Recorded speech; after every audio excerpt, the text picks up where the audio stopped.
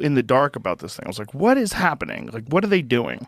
Try to break it down for us. Like, first of all, what is it's a crypto exchange, right? So how does that work? So the first question is when you learn about crypto, you're like, it's this magic internet money. Magic.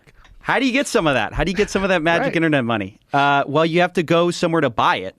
And so it's a crypto exchange is where you kind of go, you put your fiat on, your dollars or whatever, euros or whatever, and you put it into this crypto exchange. They have a bank and they work with that bank. Then they exchange that money for some type of crypto token. There's a lot of different tokens out there.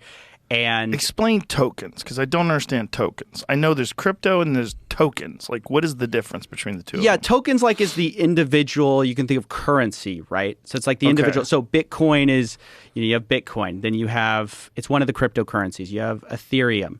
You have Dogecoin. You have SafeMoon. You have FTT, which is what FTX was using as their native token. So a lot of these guys, you'll start a crypto exchange and then you'll launch your own token that people can invest in, sort of like they're investing almost in your crypto exchange. And so that was actually one of the ways that FTX really perpetuated their fraud. I can break it down. How much do you know about the FTX Let's situation? break it down for people that don't know about it. So let's do it. So FTX was this crypto exchange located out in the Bahamas, which is a great place to put your... Why do they do it in the Bahamas? Because it's unregulated.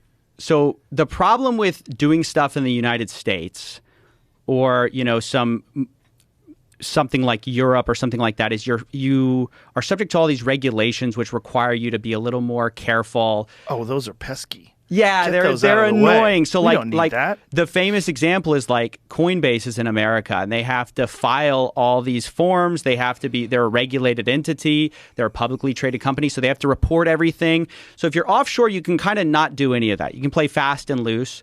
And, for some people, they think that's better. They can offer, let's say, like 100x leverage. Like you have $1, I'll let you trade with $100.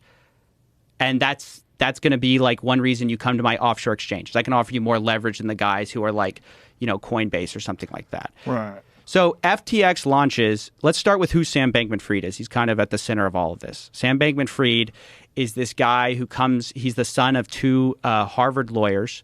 Then he comes up, prep school. He's kind of like built for success, right? He goes to MIT, goes to Jane Street as this quantitative trader.